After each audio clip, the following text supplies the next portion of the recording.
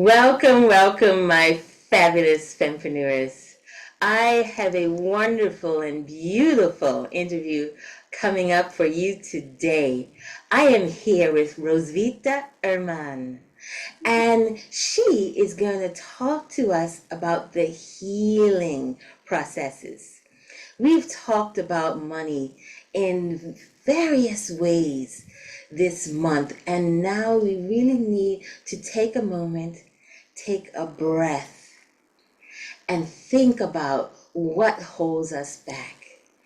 And we're going to dig deep with Rosita and money blocks today. So, welcome, welcome, Rosita. Thank you so much, Odiva, for having me on your podcast and introducing me to your amazing audience. I'm so happy and grateful to be here. And of course, talking about money blocks, which is my favorite ultimate topic to speak on.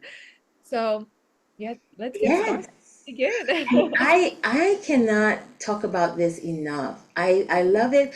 You know, I have a technical background, and sometimes I like to get right down to the basics.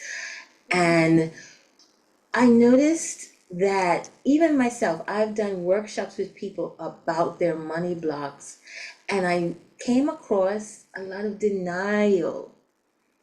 A lot of denial. So you can't help people get through something if they don't believe it exists. How do you work people through that denial phase? Well, normally when they come to me, they've already overcome their own Oh, denial. good. Otherwise, they wouldn't. So I think my audience and the people who are coming to my world, they already realize that they have money blocks. They already realize that because they see that they're doing everything. So they're doing their marketing, they're showing up, they're doing their best, and the results are not coming. Like the money is not coming. And they're like, this doesn't make sense. Like, look at other people. They work less, or they have a simpler strategy, or they don't even have a website, and why are they making more money than me? I And get it. in the And same industry. so you've So answered my question in the sense that people have to just realize something is not working. That's all you need. All right. exactly. And then where do they go from there? How do they acknowledge the money blocks? So usually they either read some books about manifesting money and all that, because money manifestation has to do with money blocks. In order for you to manifest money, you have to be aware of your money blocks. It doesn't happen one or without the other. That's why I don't want to say hate, it's a strong word, but I do not agree with manifestation rituals. Like just write your, I don't know, money goal 10 times a day or whatever, because it's an empty thing. You do not even understand how is that going to help you manifest money.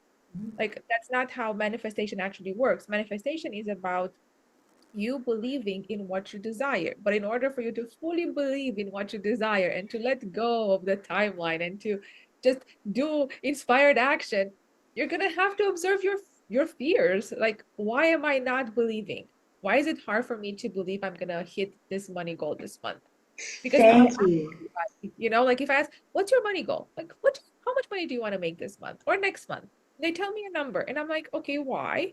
And now, if you're really honest with yourself, do you believe it's going to be possible this month to hit that? And most people, when they're really honest, not just telling me, yes, of course, let's do it. No, but like, sink in, like, be honest with yourself. Do you believe it? And they say, not really. Then we go, why not?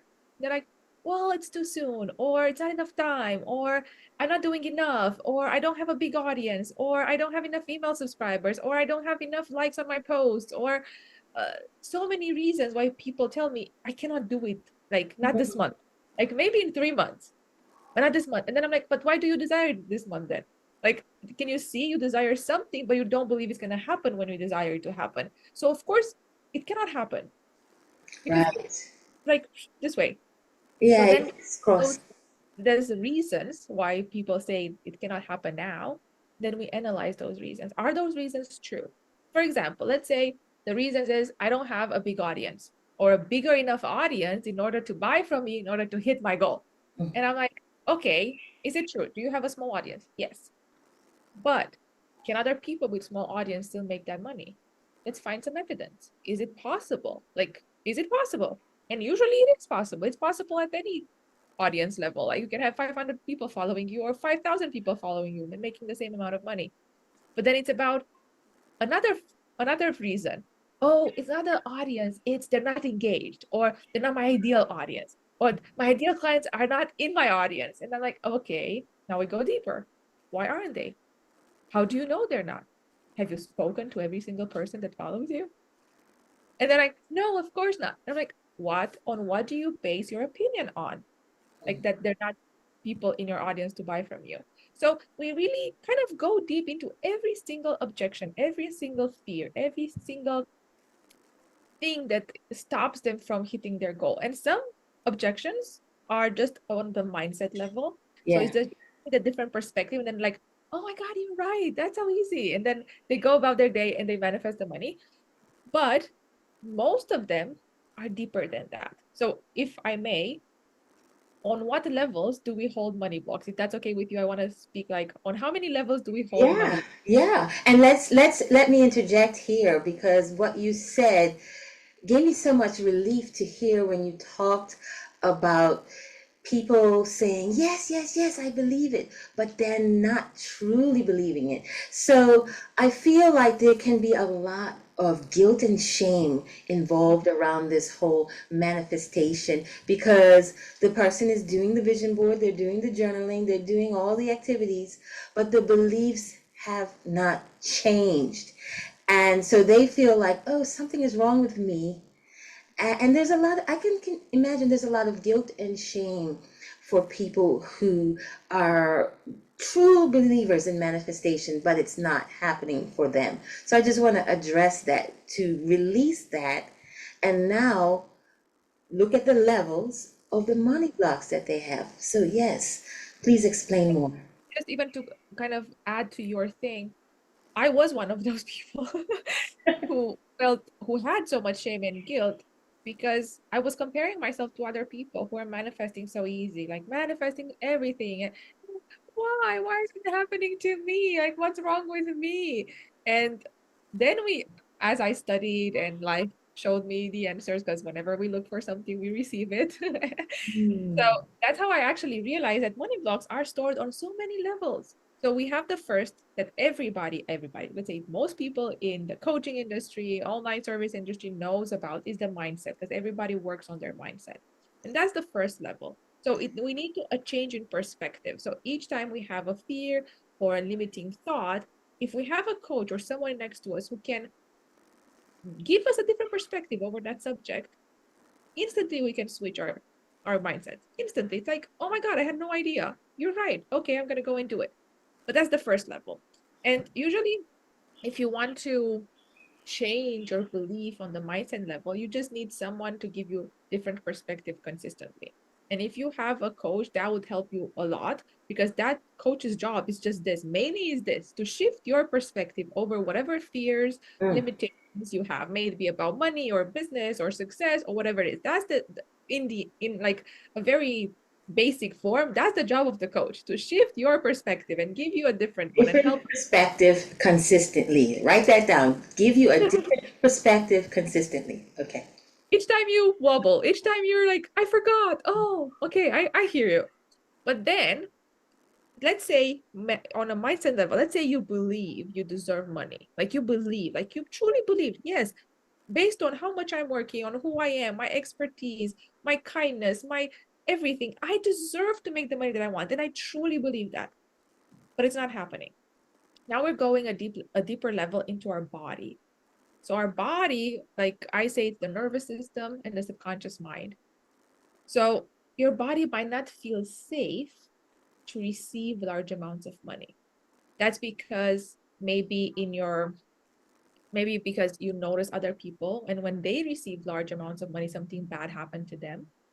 So you make that connection that if that happens to me, and this is on a subconscious level, so it's not conscious, you don't consciously believe that, but deep down on a subconscious level, you're like, if that's gonna happen to me, something bad will follow. So you're not gonna want that to happen to you. And a lot of people, if you just hear them talk, every time something good happens, they might be like, oh, I hope it lasts. Oh, I hope something's not gonna break now. Oh, and I'm like, why would you expect that? And because it happened before, because it happened to this person, because it happened to my friend, because so they have so much evidence either from their own life or from other people's life. So our subconscious mind and our nervous system, they're two different things, but they're still involved in our body, is trying to protect us. It doesn't want us to be disappointed, doesn't want us to suffer. So it would limit how much money we make to keep us in a comfortable state, in a state that we know. So if you know how to live with little money, you're gonna stay in that state. That's your comfortable state. All right, If so you I'll rephrase that as subconsciously limiting yourself to be safe. Okay. yes, and your nervous system has to do with how regulated you are. So, for example, a lot of people, especially nowadays, are very, very anxious. They're like so anxious, they're always agitated. They cannot stop. And this is a problem with my clients. Like my one-on-one clients, they have this. They're very driven, but they literally cannot take a break. Even when they're taking a break and watching their favorite TV show, their mind is like, oh my God, I have to send that email, not to forget that. Oh my God, my client said this and I forgot to answer her whatever DM. Oh my God, I have this idea for a post. I should write it down for tomorrow or to send my team. They cannot unwind. And that's anxiety. So their nervous system is so uh, overreacting, and that can be another reason why they cannot attract the money that they want. Because Okay. whenever we get more money, especially from our clients, we get more responsibility. We have to Oh, serve yes. those clients. And those clients can be unhappy with us, can not like something. We can make a mistake. So when we already have an overwhelmed nervous system, it doesn't want more responsibility. It doesn't want more potential danger. Like if you're already at your max, if you're already stressed out now, imagine why would your body want you to be even more stressed out? Wow, that is so profound. So we just talked about the overactive nervous system. Yes. Wow. And now we have the other extreme, which is depression. Depression looks like fatigue. So for people who they're like, I'm not depressed, I'm not clinically depressed, which though you don't have to be, but you can be depressed. It might look like I don't have energy. I'm waking up and I don't feel like I can do anything. Like I'm so tired. I don't have creativity. I don't know what to write about. I don't know what to post. I don't feel like doing anything. Like, can you tell me what to do? That's kind of the energy. Can you tell me what to do and I'll just do it because I cannot figure it out.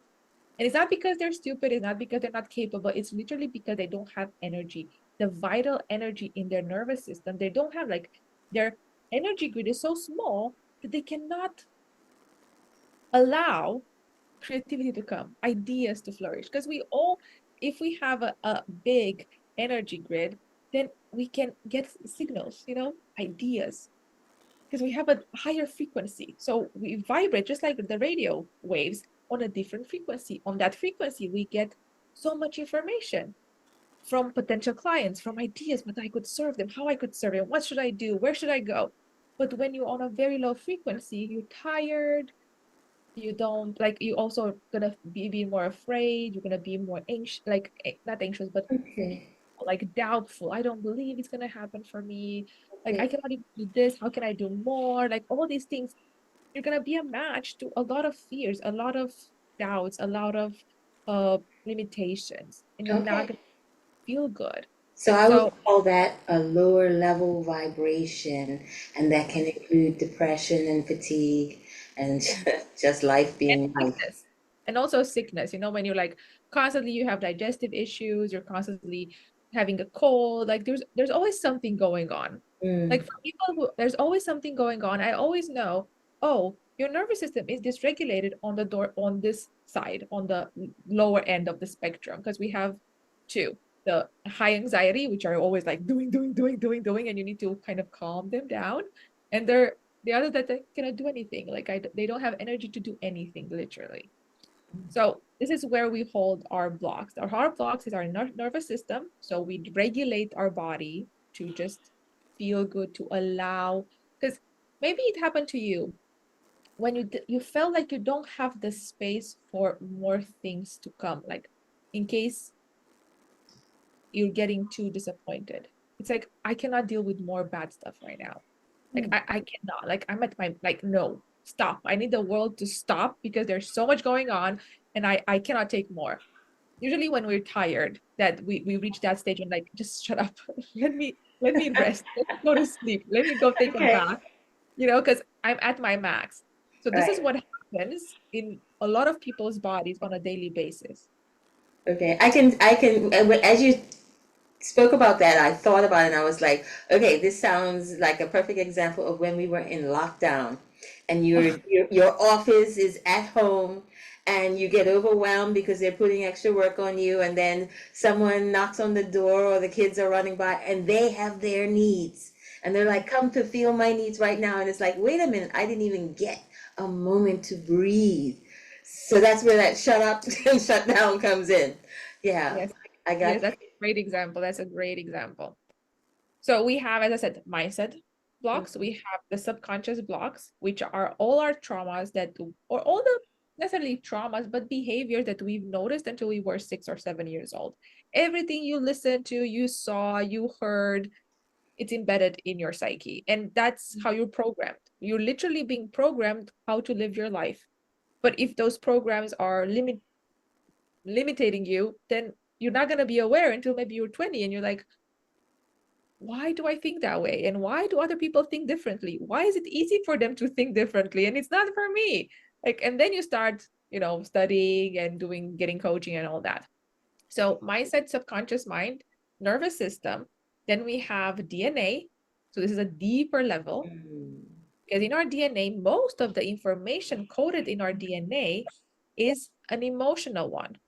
So it's not the color of our hair or the color of our skin, is actually emotional traits, strengths and weaknesses that they were passed down through the last 7 generations.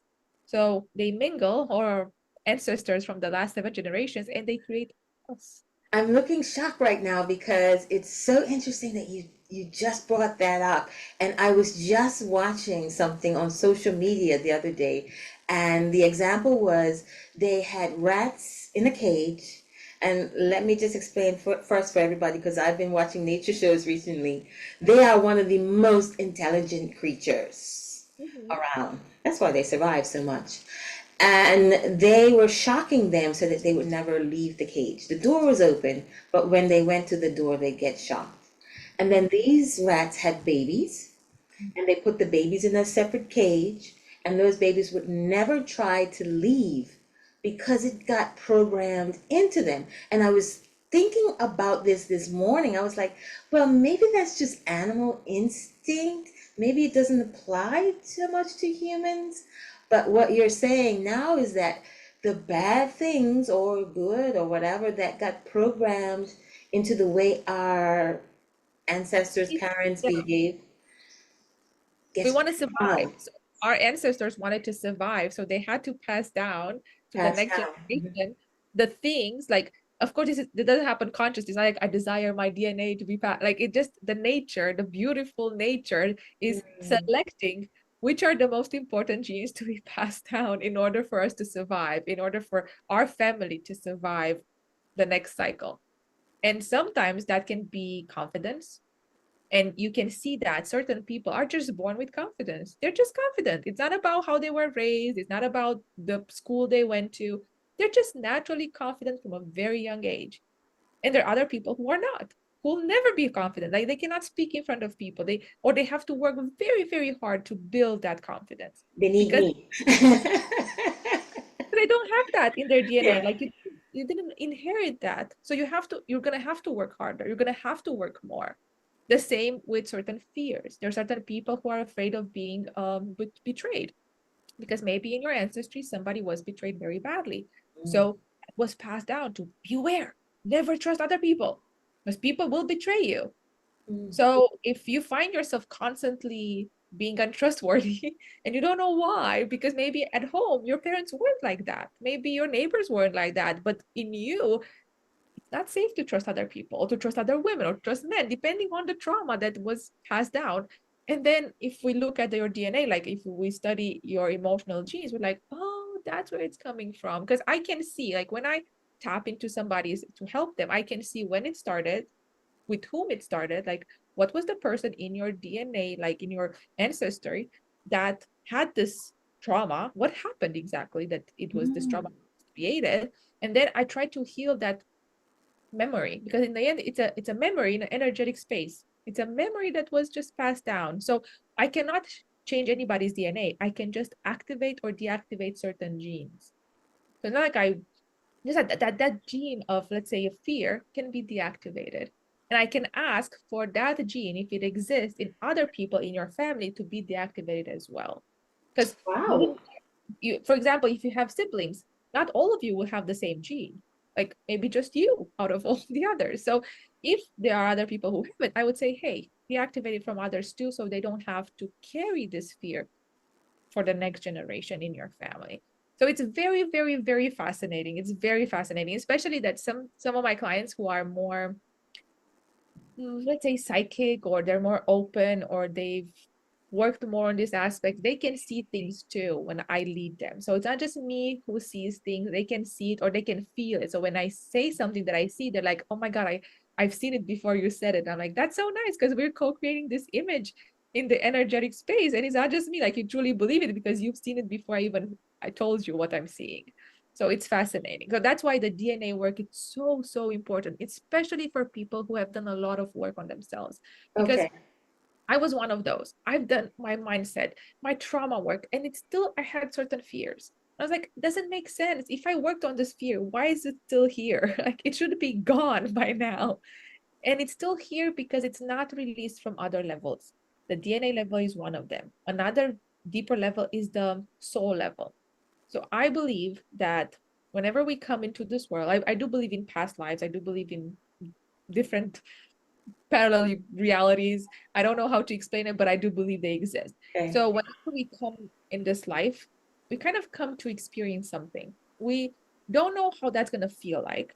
I always say it's like amusement park. We come in this life in this amusement park, and we just, before we enter, we're like, do you see that? I want to try that roller coaster. It seems fun. And you pick that, and that's going to be your life on earth. And you're not going to know how that's going to turn out. You don't know if you're going to like it, if you're going to hate it, if you're going to love it for 5 minutes and then hate it for 10, if you're going to be relieved that it's over. You don't know, but you want to experience it. So that's what I believe, that our soul comes to experience something. It doesn't know how it's going to be. It doesn't know if it's going to like it or not, but it wants to see how it is. Just like we would try a different food. We don't know if you're going to like it, but we want to try it. We want to be like, it looks good. It smells good. I want to see how it tastes like. So that's Ah, experience, I believe, life on earth. I see And what you mean. And let me just say that it's so funny you talked about the soul. I was recently I watched this movie some years ago, and I recently watched it again on Disney Plus, and mhm. it's a movie called Soul. Oh, If you haven't seen it, no. it describes what you're talking about perfectly. Don't worry, I will give you Okay. it's in A the link. podcast now. But it describes what you're talking about perfectly, and how we are born and come into this world choosing some characteristics over other characteristics to be the stronger ones. Mhm. So I would encourage And people also, to go and when watch it, that. oh, And sorry. and then I want to talk to you more a little bit about what you said about tapping into. You tap into people's DNA. Mhm. What does that look like? So it's a practice of, so have you, I'm sure probably you've heard of it and other people do, about the theta wave, the theta brain wave. No. Our brain has four or five, I think it has five brain waves. So Oh we have, yes, yes, I know the beta and the yeah, alpha exactly. beta. Okay. Exactly. So theta is the one where you're not asleep, but you're not awake. You're in between. So I access that state. That's the meditative state. That's the hypnosis state. That's where you can really play with your subconscious and your energy. Like Mm. it's like Play-Doh. That's the brainwave when we we play with our brain like it's Play-Doh. We can mold it, we can change it, we can add things to it. So I enter that frequency, and I usually have my clients do too. Not all of them can enter that because it's a practice. You The more you practice, the easier it is. But I have it, I do it. And then from that state, I can literally see anything I ask. So I can, for example, I can ask, and we can even test. So have you ever done muscle testing? No, So personally, muscle no. testing is different way to do it, but the idea behind muscle testing is that you can test with your body if a certain statement is true or not. So I would, for example, with people who are new to this world, I would have them test for their beliefs. Say, hey, I'm afraid that if I make more money, my husband will leave me. Let's say this is a fear. We will test that for your body. I can see it if it's true or not, but I want you to check so you can truly believe in the work that we're doing because you're going to check on your body. It's not me, it's not just my word for it. You can check with your body. Then we check on what level is it blocked. Is it blocked on the DNA, soul, past lives, nervous system, energy grid, subconscious mind, mindset? Like, where is it? And then I release it and I tell you what I see when I release it. Sometimes I cannot just release it. For example, sometimes we need to see why it happened. You need to know the blessing of it. So if you don't know the blessing of any block, you cannot release it because that's the point of that to protect you from something, to help you somehow. So once you realize, oh, you've protected me because you didn't want me to get hurt, or you didn't want me to be disappointed, or you didn't want me to, I don't know, be a mean person by having boundaries with the people in my life, or then you're like, oh, I see it, and it's okay. I can let it go because I get it. And that's not a bad thing, but I don't want to have this anymore. Like, I'm okay. I want a different belief here. So we kind of look at the blessing. And once I release it, I ask for it to be released, and I usually see if it's released or not. Then I ask the client, now test to see if you still have that fear. So they can see it on their body. Is it still there? No. And then they know it's out. It's not just my word. They can feel it in their body. Wow, I knew we were going deep today, but I did not know how it would come about or how this process works. And you just, it's a deeper level. As you said, there is the mindset, but there is the deeper coding. And I Yeah. just invite everyone listening to release some of the shame. I would say that probably most of the people that are coming to listen to the Money Mindset series realize that there is something in their mindset that they'd like to change, but it just hasn't worked for them. They've listened to videos, they've done exercises, as I said before, journaling, mantras, vision boards, and it's still, they're still stuck, and it's not your fault. Just want to say, release the Oh, blame. It's not your fault. and also to this topic, oh my God, I had such a huge anger towards this topic. You know, when people say that we're kind of all equal, Mm, like, oh, we're all equal and you can do the same what I do. And it's not true because based on where you were born and based on who your ancestors were, you were not equal. We don't have the same traumas in stuck in our bodies. We don't have the same education, like just the 7 years at home education. I don't mean elite schools. Just like for example, I was born and raised in Romania. Romania, when I was little, was a third world country, just escaped communism. Like it was communist. Communism ended 2 years before I was born. So there was no government. There were still people were still didn't know what's happening after they've been almost like children. Like my parents' generation is the last generation of communism. They were not allowed to do anything, to think for themselves, to have anything. They didn't have religion. They didn't have choice. They didn't have dreams. They weren't allowed. They had to be like everybody else. They had to have the same mold. You go to school, you have a job, you have a house, you don't want anything. You cannot have your religion, you cannot have opinions, nothing. They were controlled by the government. Like the government was their parent. Like that's how. So mm, imagine that, and then me who I wanted to be a millionaire and travel the world and do all this, and then for them it's very hard to even comprehend that because mm. they lived in a place where it was so limited.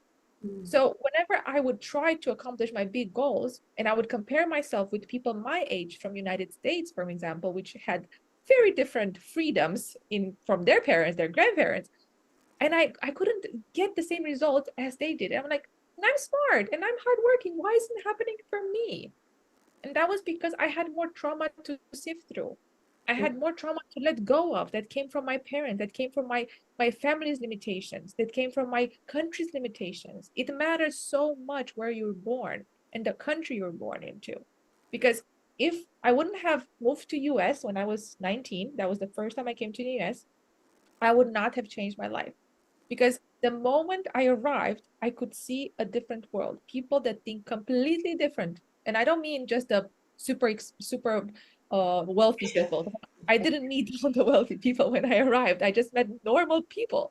But the normal people had more freedom in their thinking and more wealth in their thinking than the normal people in my country. So for me, that was like, how can people think so differently? Like, oh my God, it's so easy for people here to make money, to reach their goals because people thought differently. They went after their goals. They believed in their work. They believed that if I do this, I will get what I want. In my country, people didn't because the state took everything from them.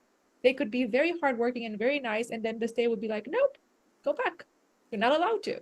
So Oh, they had this trauma of doesn't matter what we do, we will never get what we want. And I had to work more on releasing that than people who never had to work on this. So again, it matters. We're not equals. For some people, it's easier, and it's true. It is easier.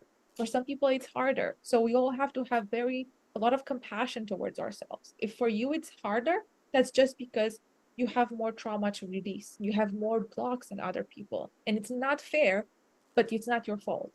It's not like you're not doing enough. It's not like you're stupid. It's not like you're weak. No, not at all. On the contrary, you're going to have to be much stronger than most people because you're going to have to face limitations from your country, your upbringing, your family, like all these things, which is much harder to do.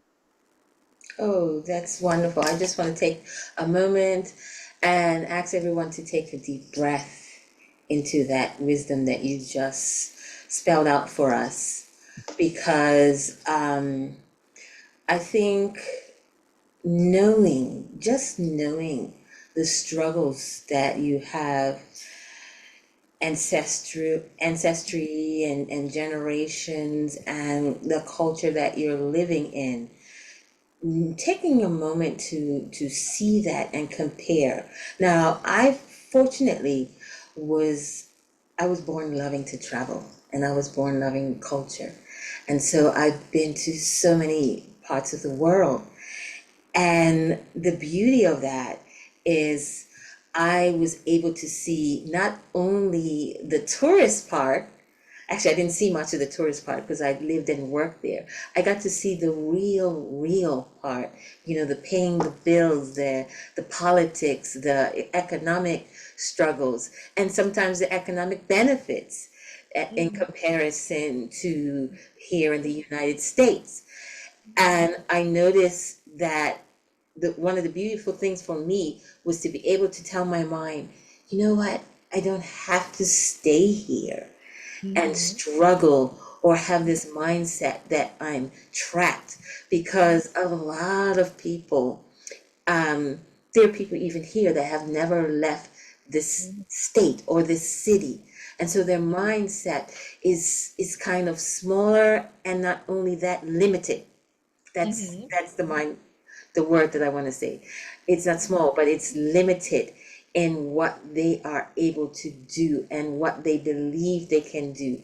And this is a big issue that we're struggling with now around the world, blaming other people for your lack of success, Mhm. and not realizing, as you pointed out, those people will have to be double, triple, quadruple stronger to face the obstacles that their society that they came from put on them, and also the society that they're trying to integrate into will put on them. And I just want people to really, really try and keep their eyes open as to the reality is that your potential is limitless. Yeah. It's limitless. I had to learn that the hard way. I had to learn that, even though one of the examples is Japan. I lived there for 7 years. Even though a lot of things that I've seen, like I remember kids taking an exam at age 12, and that exam tells them what they will do with the rest of their life. And I was feeling like, no, kids, don't believe it. Don't believe the hype. Mhm. Seriously, you decide your own destiny. Mhm. And I had to intake that for myself as well. I don't have to be suppressed by the beliefs of the culture, family, race, religion, whoever is Yeah. around me. It's open. The world is open for you. And I the more we travel, as you said, the more people we get to know from different countries. yeah, We get to have this buffet of beliefs to choose from. We can be like, I like that one, but I don't like this one. I like this one, but I don't. Oh, I can pick and have my, have a multicultural belief system. yeah, yeah. I strongly believe that. And I strongly preach that to people, but they don't get it because they haven't seen it for themselves. Um, what level is that I'm speaking on? Is that what kind of block is that when people are like, oh, that can't happen here? I think, I mean, it can be on all levels because something can be on all levels, but I believe it's mostly subconscious. Hmm. I believe it's mostly like because you lived here and that's all you see, or you watch a certain channel and that's all the propaganda that they tell you. So your reality becomes that. So whatever you listen to, that's your reality. It doesn't matter if it's good, bad, limiting, or empowering. That's your reality. That's what your the lens with which you will see the world. Hmm. Sometimes we also fight for our limitations. We don't want to not be right. Like that's because we attribute that to our own identity. So if I believe this, then I don't want you to tell me I'm wrong because it will mean my identity is diminished, which is very stupid because that's not how identity works. But without realizing that's what we do, very few people are open. Like, oh, okay, I might be wrong about what I believe. They just hold on to everything. And we hold on to everything also because we're so dysregulated. Imagine stressed out, tired, overworked, problems at home because we don't have enough time for our partners, for our kids. Everybody's screaming, everybody needs something, everybody wants something. And it's just like you don't have the space to even be open to a different opinion. You just want everything to stay the same. You want everybody to agree with you. You don't want to change because you don't have the space to change. And that's why I have so much compassion, even for people who are very like this, because I understand the reason why they're like this. It's because at home and in their life and in their business or job or career, whatever they're having, it's so too much. It's so stressful. They're at their max. They Hmm. cannot do more. So I'm like, I'm sorry. I see their pain. I understand why they're saying that. I understand why they don't want to change. I don't have to agree with that, but I'm not gonna villainize them because I understand why it's happening. Okay, understood. And not villainizing them, but if you're in a position, let's say this is a relative, and you really want to help them, and you have spoken with them and tried to guide them to materials to kind of open their mind a little bit, and family is hard. Family is hard. You can Oh, probably do it the for hardest. years, and it doesn't work. But maybe they'll come across a video like this and think, maybe there's something there too. They don't know what it is, but there's something there to these blocks or money blocks. What could be the first step? To be honest, what I've learned in my experience is to not try to change them. To actually, the hardest thing is to accept them as they are. Because if we want to be accepted as we are, and if we want people to agree with us and our opinions, we're going to have to do the same with them. So even though we think we're right, they think they're right too. In their reality, they're right too. In our reality, we're the ones who are right. So what I've learned is to be like, I love you and accept you just the way you are, even if, from my opinion, let's say from my perspective, you are a racist or you are, uh, I don't know, some other thing. Sexist or something like that. Yeah, Yeah. So even though you are those things, in my opinion, how yeah. can I love you and accept you for who you? How can I see things that you have? Because everybody has good parts. Every single person has good parts. Yes. But if I only see the bad parts in them, then I cannot love them. And if Okay. I see the good parts, I also find compassion why the bad parts exist. Because people, let's say people who are racist, they're racist because either they were taught to be, so they never questioned it. They have some sort of trauma with it. So again, they're not even aware of. So I'm not saying they're good, they're not good, but I want to be like, how can I accept you for who you are? Not try to change you, but be a leader in my own life. How can I be the example of what I want the world to be? Instead of me trying to change everybody or change them to be better, or no, how can I be better? So, because I believe if I'm better, if I'm happy, if I'm healthy, if I make money, if I'm fulfilled by my job, if I'm kind, then even the worst people in this world, by observing me, will change just by proximity, because everybody wants a better life, every single person. So they'll be like, maybe some people will hate you, maybe some people will judge you. That's normal too. But some people will also be inspired by, what does she have? Like, how can she be this kind? How can she not hate other people or trust other people so much? Like, how is that possible? And sometimes they'll start to question that. So it's not about me teaching them anything, it's more about me showing them through my example And and accept. that's beautiful. That's a beautiful, beautiful sentiment. And that is what we're taught, to lead by example. However, I was speaking more on the person that is suffering in the money area. Okay. They're suffering in money blocks, and you're trying to get them to realize they have maybe a money block Mhm. subconsciously, and they're not really hearing you. Let me think. Let me think of my past years. Like, um, I think I would ask them to write down what they think. Like, for example, when you go to the grocery store, what are your thoughts? What thoughts come to your mind? Oh, this is too expensive. Oh my God, again, they hyped the prices. Or look at my bill. I cannot believe the bill is so big and I didn't buy anything. And look, I spent $100 on nothing. Or like, I would ask them just to write down the thoughts that you have, and just because the moment they're aware, because we just think that we're not aware of what we're thinking or what we're saying to other people. So just write them down. Have a journal with just writing your thoughts. No judgment, no trying to change them, nothing. Put them there for a week. Try to write as many thoughts as you have around money for a week. And then they'll know for themselves what's the vlog, because they'll see it. It's gonna be in your face. Like, I always talk about how expensive things are. I always talk about how I don't have money. I always talk about how I'm poor. I always talk about how I can never get enough money. I always talk about how people with money are mean or they're bad or they're selfish. I'm like, do you want that to be your reality? Do you want to always have money problems?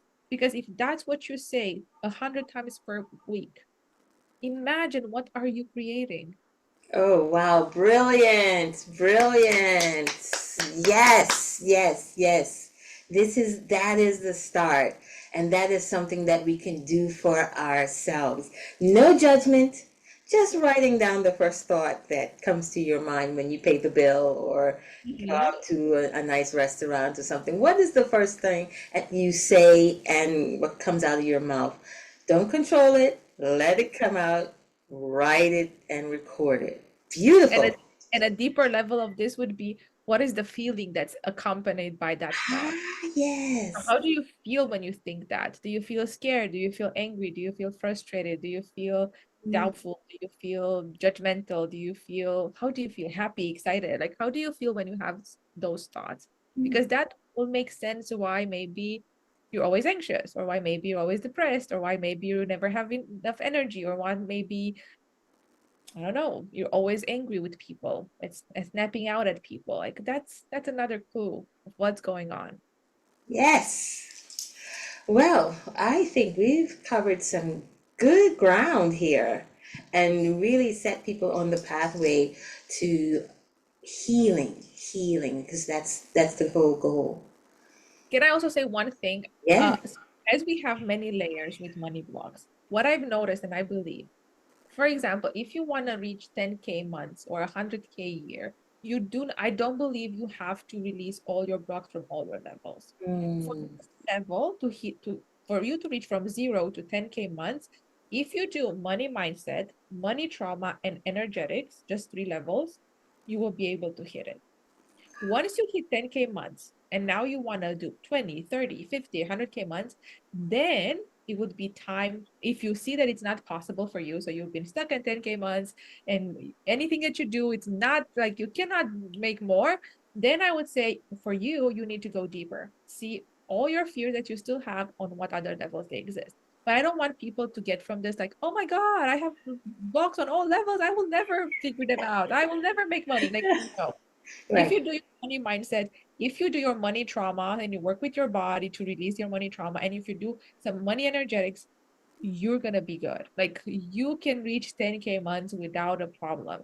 Of course, in time as you work on it, but you can, you don't need extra work. So I just wanted to be very clear for people. Step by step. I always like the phrase baby steps. Don't be harsh on yourself. Forgive yourself, give yourself permission, whatever you need to take those baby steps into your limitless potential. Thank you so much, Rosita Herman, for joining us today and sharing such beautiful knowledge. I appreciate you so much.